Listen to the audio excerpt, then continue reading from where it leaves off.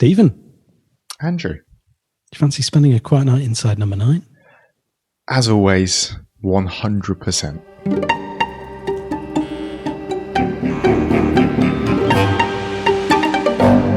Right, so this week we are heading back into Hurry Up and Wait, which is Series 6, Episode 4. 4. Did I Correct. give a bit of sibilance? Was that a sort of scary bit of sibilance there? There was. I saw your reaction. And it was slightly whistly sibilance for a second as well. Yeah, I've got this weird thing. You know the London look, where you have like a gap between your two front teeth? And that gives you a whistle. Yeah, when I've been recording vocals and stuff, like I've been I've never noticed it before. Yeah, no, it's been... You've let your guard down. It's something in the studio, like it was suggested I should put chewing gum to like block it up. But then there was also a plug-in that meant that we could get rid of it. So we did that instead. Is it that common that that someone has invented a plug-in that Apparently gets rid of it? Yeah, apparently. Oh, it's probably for when like the beaver in Lady and the Tramp has to get rid of it. He does a lot of that, doesn't he? Does he? Yeah. It's a bit like the Family Guy paedophile. What a start this is. What a way to start a podcast. Right, so yeah, Hurry Up and Wait. So this is our return to it after our reaction episode where we literally just watched it and recorded in front of a YouTube live audience. A cast of 10s. Reactions, a cast of 10s. Beautiful thing. So, I mean, yeah, going back through it, was there anything that you were like,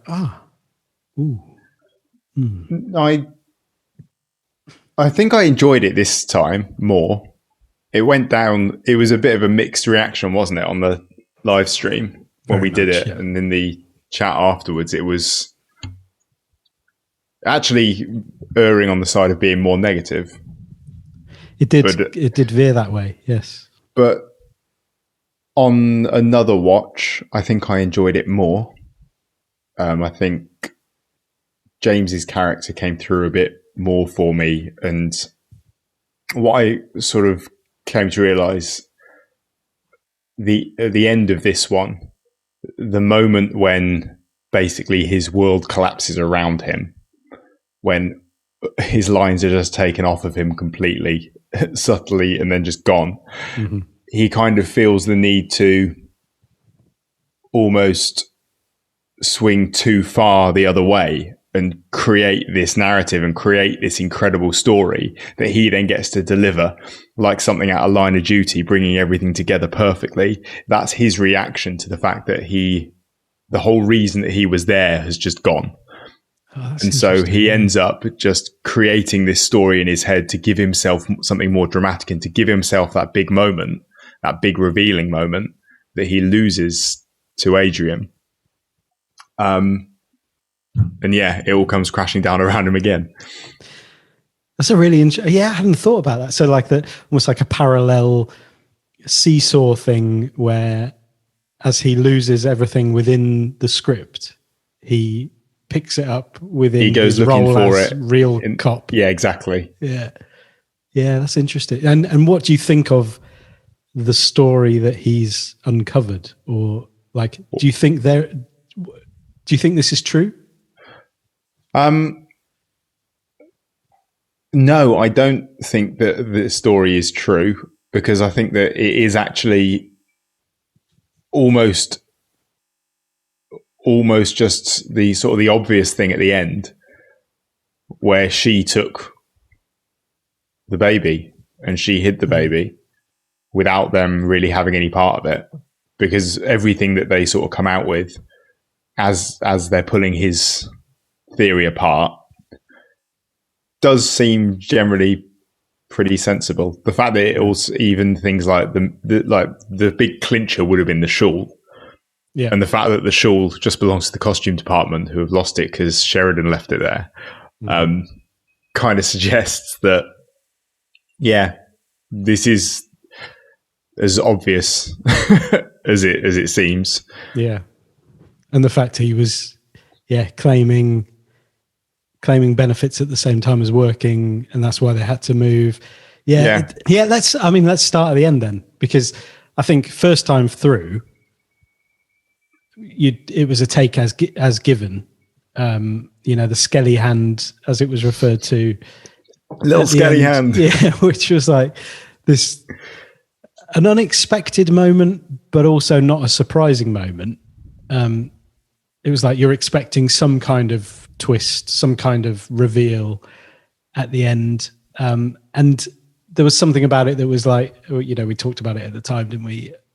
Being rather, I don't know, exaggeratedly macabre. Yes, and of a kind of 80s horror, like a B movie kind of thing. Yeah, exactly. Like is that hand too big to be a? There was a kind of a switch up with. There was like a stylistic switch towards the end bit when the creepy music on the dodgy music player is playing down the end of the hallway, the Bar Black Sheep, and she's childlike singing along with it. There's like the childlikely is a completely made up word anyway. It can be hyphenated, double hyphenated, however you like. And there's like the camera angle from underneath almost as he's sort of stumbling down the corridor in a panic about what he's about to uncover. It all kind of switches to that kind of, like you say, B movie 80s thing at that point. Yeah. I wonder whether there was a small reference. Obviously, it's relevant having Bar Black Sheep, when because at that point his theory is that Bev is a boy, Bev is Ryan, and has been raised as a girl, Bev. He doesn't really give it enough time to land, though, does he? Because it's a matter of seconds of him thinking he's suddenly realised something, going to the bathroom, looking at a picture, a tub of cream, and going, right, that's it, I've nailed it. This is all perfect. In the middle of the minute silence. Yeah. But the Bar Black Sheep, I was thinking there's maybe a reference to the Wicker Man in that, because when Sergeant Howie is running around looking for Rowan, I can't remember exactly what happens, but there are some kids singing Bar Black Sheep. Maybe they are dancing around something. I can't remember exactly, but it kind of felt, especially, like obviously Reese is a big fan of the Wicker Man, and whether there was the stumbling, I'm Sergeant Howie in a police uniform moment, like, maybe a little nod to that. Yeah, it does feel like that, actually, yeah. Have you any more? Yes, sir. 3 bags full. 1 for the master, 1 for the dim, and 1 for the little boy who lives down the way. I guess the seeds for all of this, when you watch it again, are being planted all the way through. Obviously, the fact that she's got the hair removal stuff, the fact that she says it's her birthday, accusing James of staring at her minge, chance to be a fine thing, the kind of the only child thing. I guess and coming to that kind of, I would like to think it's an ambiguous ending. Although listening to the Inside Number 9 podcast, I don't know, have you listened to that one? Yes, I do. It seems like they're quite happy with the definitive nature of this being, no, it is what it looks like. She's put it inside the doll. Yeah. But actually, kind of ideas of pretend and imagination are massive through, like, I'd say they're like probably the overriding themes of this episode, other than slowness and repetition, which are kind of parallel themes. But like from the start, when we're introduced to her, when we're introduced to James, I mean, obviously he's an actor, and as he enters, like, you follow him with his coat, which says costume on it. So everything is not as it seems. Everything is kind of just offset from reality. And I think you feel that with Bev, that, you know, her champagne is Lucasade. Like it's not her birthday, but then she obviously didn't say it was her birthday. And there is a birthday. It is Ryan's birthday. So there's little, I don't know, elements of truth within the pretense and stuff. But then that I think it's just that childlike, the playing, the all of that stuff that then culminates in the shawl. Okay, what was it missing? Has she gone and taken it from the props department? What's it doing in there? Like, has it been left there? Like, and then is that skelly hand just a little prop that she's found somewhere, and she likes to believe that I was the one who took baby Ryan, and she gets a kick out of that. Oh, maybe. I don't know. Yeah, that's very true. Maybe that is just a little fantasy she's built. With Inside Number 9, and knowing how they write it and how they have various different endings that they can kind of switch to and pivot to, depending on how they think the audience is going to take something, and to try and kind of subvert that. It's interesting to wonder whether things like the watch, because like the watch was clearly planted there as, well, it was either there as a potential route to go down later that they just didn't go down at all, or there is a bit of a red herring. Because I assume James's whole problem was that this was a specific dated drama, and that he was wearing something like an Apple Watch, which would have been an anachronism and therefore a bit of a problem. Yeah. So it needed sorting. I assume that's what the issue was, that he needed a better watch. That's the only reason I could think of that he would need to speak to. I mean, he could just take it off and not wear a watch. Yeah, I don't really know why he's so bothered about the watch, but I guess maybe that's the time. It's about time, and it's about waiting, and it's about exactly. Yeah, I mean, there's paying attention to the time. Reference to hurry up and wait and time, and yeah. And I don't think you see his wrists. I mean, you don't see a lot of things. Say a lot. The back of his head, and then his massive black eye and as he toddles off at the end. Incredibly good bad acting. Yeah. Just a nodding back of head. It's the like exaggerated nod, so you can see I am giving an affirmative response to this situation. You can pop yourself down there, James, and we'll get through as soon as you can. Would you like a drink of anything? Oh, a cup of tea would be great. Okay, do you have a reusable cup? No, not on me, no. No worries, we'll see if I can sort that for you. We're running a bit behind, but there's only a couple of setups left on 12, and then we'll be on to 42, okay? Yeah, 42. Is that where I've got my dialogue? No idea, to be honest, but I can find out for you straight away. Oh, thanks. And is it possible to have a quick word with costume? Because my watch is... The stealing of his lines was beautifully done. Yeah. Brilliantly scripted. That was something. So originally, like when we first watched it, it felt like, well, I mean, one of the questions I guess was, has Adrian Dunbar just been sent into this situation to pillage the lines of James so that you can basically turn him into an extra rather than a character with lines so you can pay him less? And is he just doing the work of the producers or the kind of studio? Watching it again... No, he's just self-absorbed enough to want it, isn't he? It's that moment where James questions the fact that he's playing another police officer. And you can almost sense the moment at which Adrian Dunbar's like, okay, right, I'm going to take everything that this guy has right now. And I'm going to make it seem like I'm a really nice guy while I'm doing it. Exactly. I care more about the art than about me. It's so well done. It's so perfect.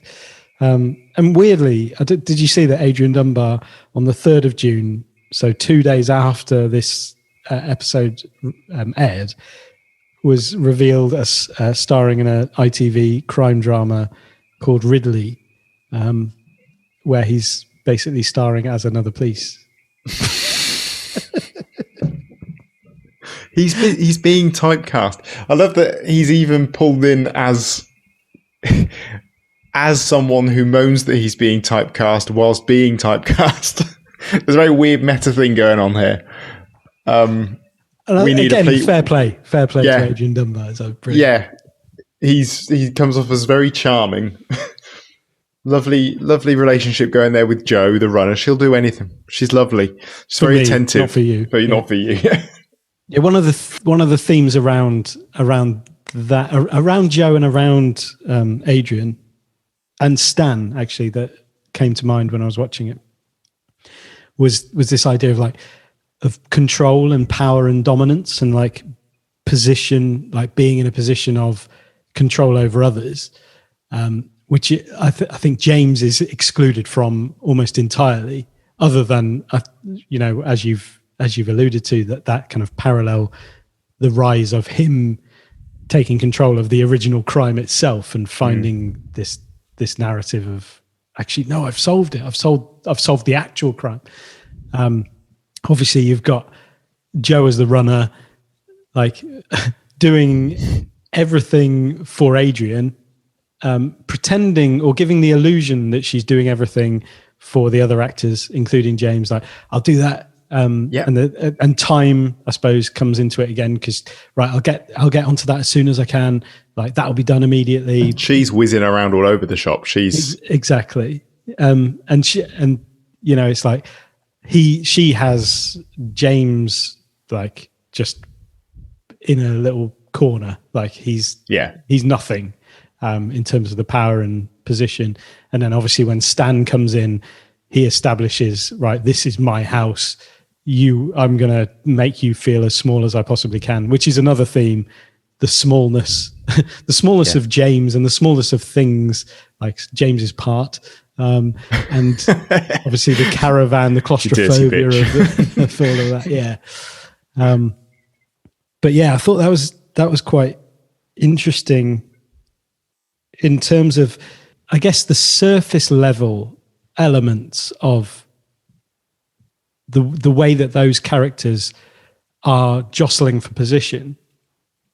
And I don't think James is the same, even when he is trying to come up with this story of the murder.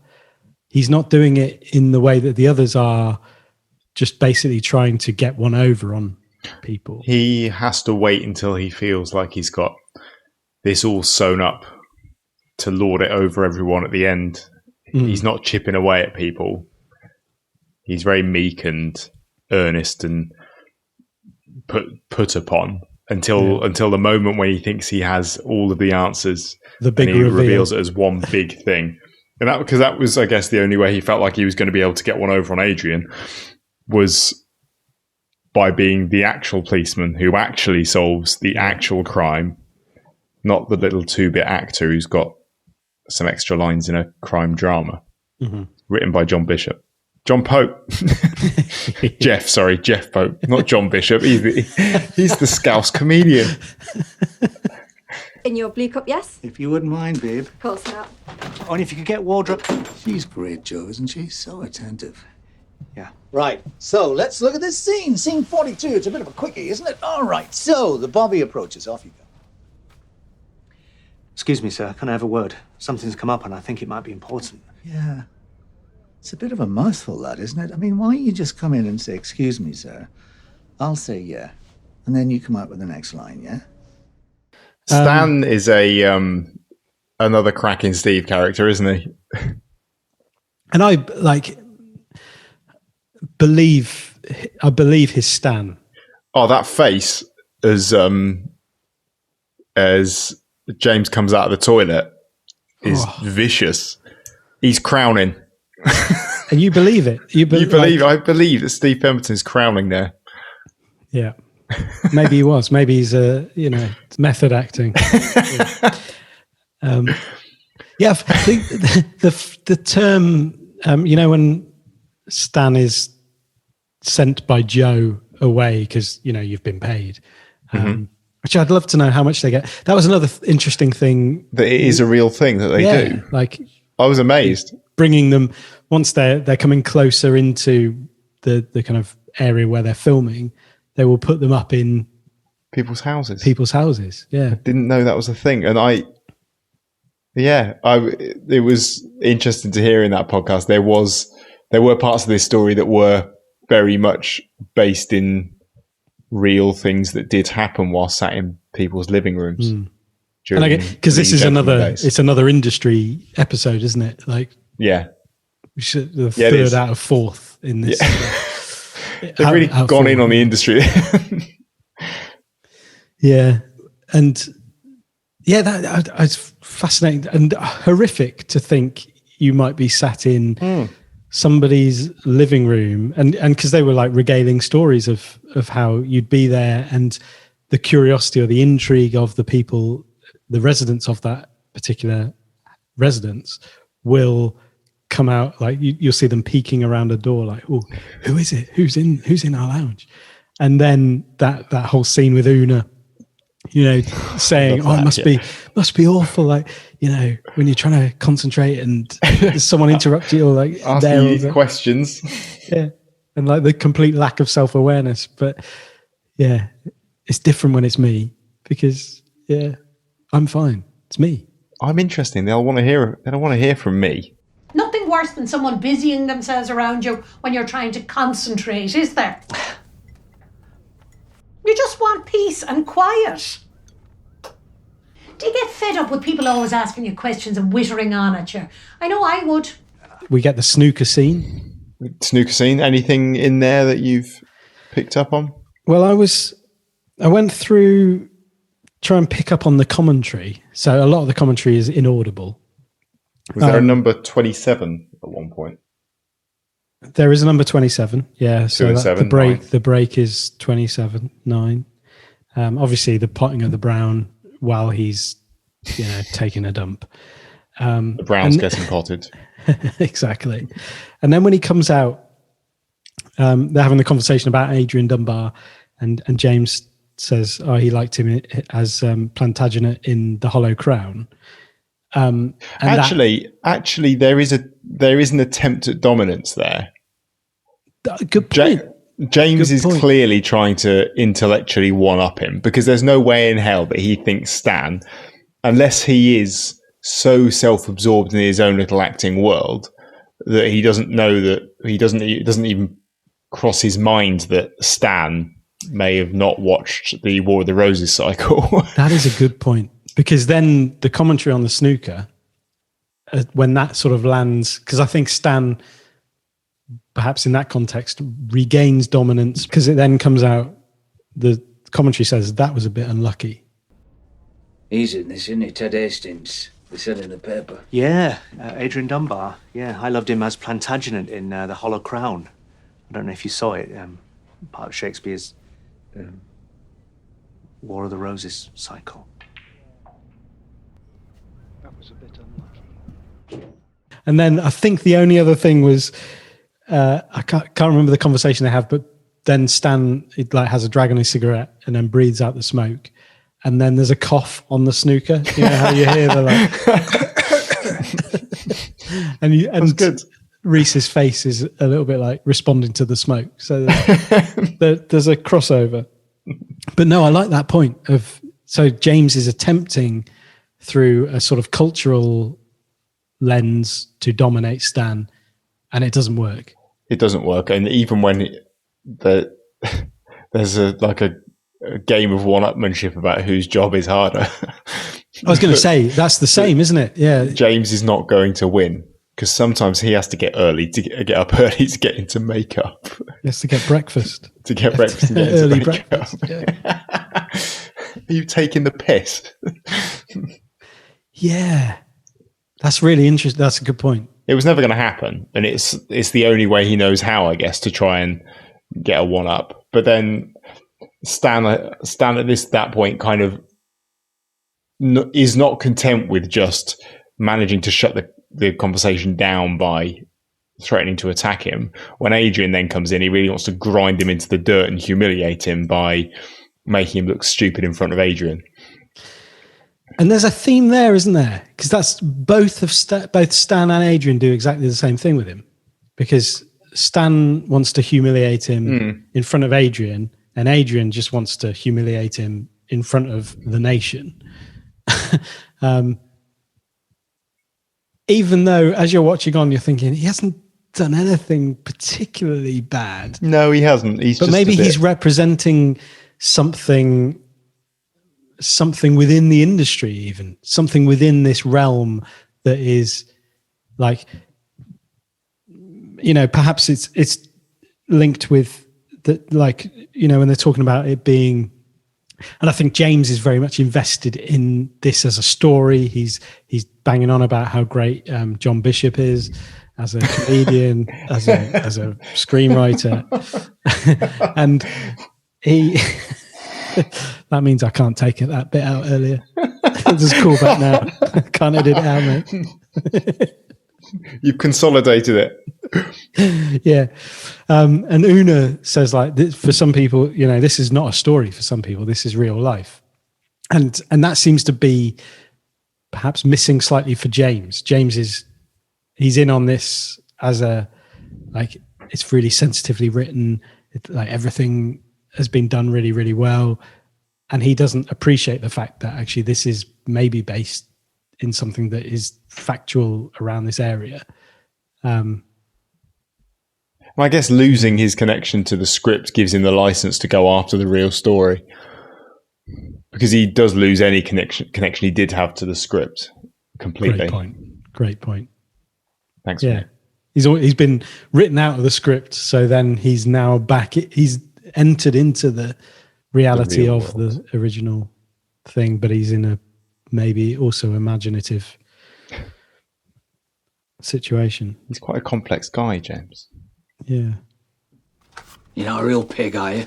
No, I'm just playing pig. 6 times they've been in here going through that computer. I told them there's fuck all on it. So is this your script? There's no to it. Yeah, it's what we call the sides. It's just the scenes we're filming today. Right. Are you the Bobby? I play Bobby, yeah. He's not called Bobby. He is a Bobby. Look, the Bobby approaches.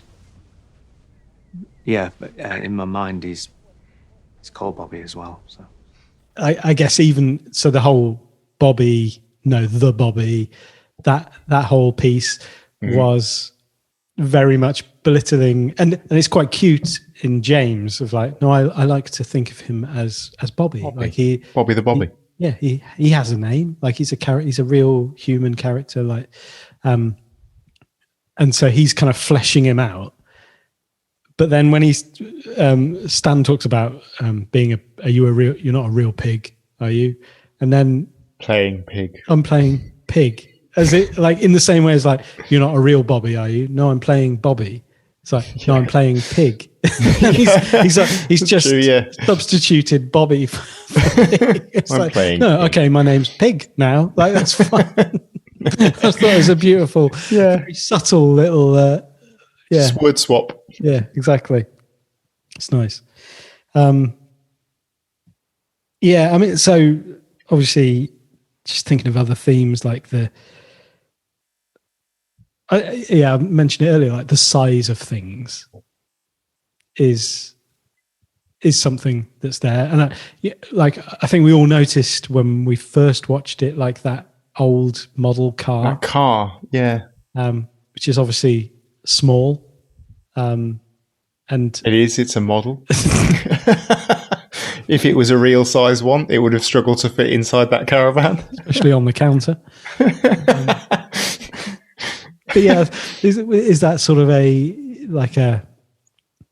just pointing to the fact that things are going to be out of, like, scale wise, things are going to be slightly off, things are going to be, maybe, a little bit different, things are going to be morphing and changing. Yeah, I mean, the creepy music heading towards the room felt like a sort of scene that is usually dragged out a little more on a larger scale and down longer corridors, giving that opportunity for it to kind of build up to the point where they burst into the room, but there isn't really an opportunity to do that in a mobile home. That's a really good point. Yeah. I think you can find that kind of the smallness. So like Oona asks James whether he has a big part, which obviously makes Bev laugh. You know, it's a classic little thing. And then that's a precursor to, well, you know, it's just a few lines, and then his part is eradicated. So there is, I think, you know, the emasculation, like there is an emasculating element there, which is very much like prevalent in the fact that do you have a big part is an allusion to how much of a man are you, or how, like, and his part ends up being completely removed. So he overcompensates for it by creating a story about an even bigger part he's got, that then all falls apart as well. And in that moment, like, that's a classic moment, isn't it, when he's telling Joe, and it's like this crescendo, like the music's growing, everything is like whoa, whoa, whoa, and she's listening to someone on the intercom. The fact that he can be saying these things and she is able to completely dismiss him and only pay attention, acting as though he has said nothing of any consequence to her whatsoever. That's how easy he is to ignore. Yeah. But when he's speaking to Adrian about his work in Line of Duty, it becomes very obvious towards the end with the way that he goes through his explanation that he's very much a fan of Line of Duty, and that's kind of the nice, tidy package that it's all tied up in. Yeah. I've got every base covered here. This is it. Yeah, I think it's weird. Like, I feel like we haven't talked about Bev much yet. No, we haven't. And which is weird, because she's essentially your antagonist throughout the whole thing. Well, I was going to say, like, the other theme, or the other kind of thread that is through the entire episode is this, like, the agony of waiting and the awkwardness of this entire situation, which is made completely, she's first of all, by Bev. Yeah. Like, she really sets it up perfectly. And it's so well acted. Like, the stares and the manic grins, and yeah, and just the way she enters is like the most surprising moment, like with the hair removal cream on her upper lip, and it's like, what? Sorry, what's going on here? And you don't notice. I was kind of looking close.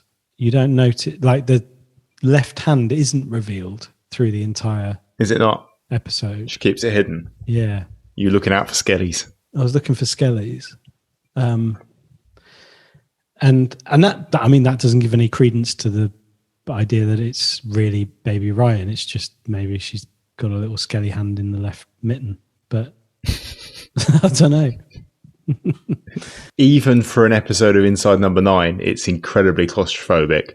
Not quite as much as Sardines, but it's up there with some of the most tightly packed, where you can smell spaces. What's going on. Yes. I mean, Sardines is another level. But yeah, this, maybe the toilet is that sort of moment where...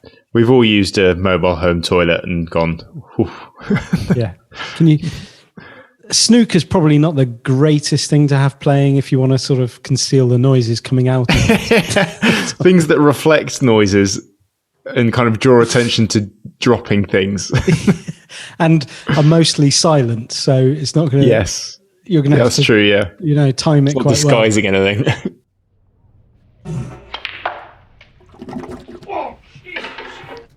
Great shot.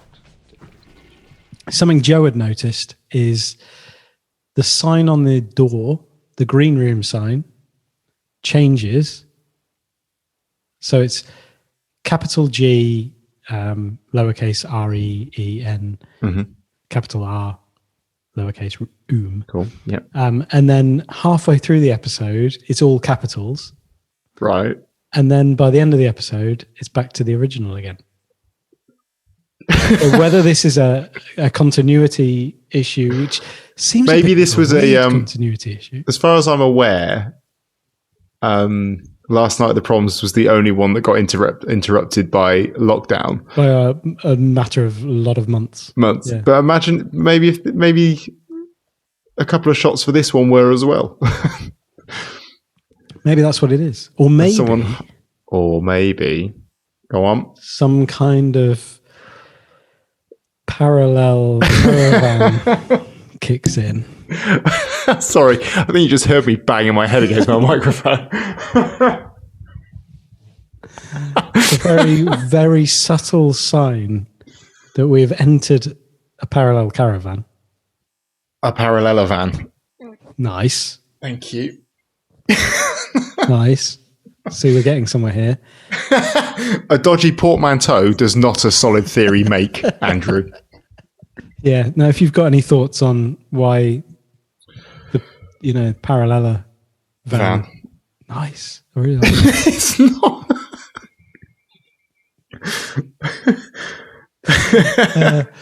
Why there might be a paralleller van. No, I don't like this. I know what you're doing. I know what you're doing here. You're taking that word because I said it and kind of making it seem like I'm somehow involved in this theory now, which I'm not. You came up with the name for this. No. See, that's what I know. I know this is what you're doing. I know what you're doing. I know what you're doing. They all know as well. No, they don't. They do. They can hear this unfolding before their ears. Yeah. No, they don't. What's he talking about? I've got no idea. Now, if anybody has any thoughts, reflections on what we've said or theories on, the episode itself, then please do get in touch. aquietnightinside09@gmail.com. Or now they can use the YouTube comments, can't they, underneath? Oh, they can. Yeah, because we are posting these on YouTube or on Twitter @AQNIN9. Cool. Well, I hope you have a great week and see you soon. Bye-bye. Bye-bye. That James isn't much of an actor, is he? Glorified extra. I'm finding it a bit slow. They should have put some action into it. I can't, can they? They've got to stick to what actually happened. That's the problem, isn't it? It has no ending. No one knows what happened. No. They don't, do they?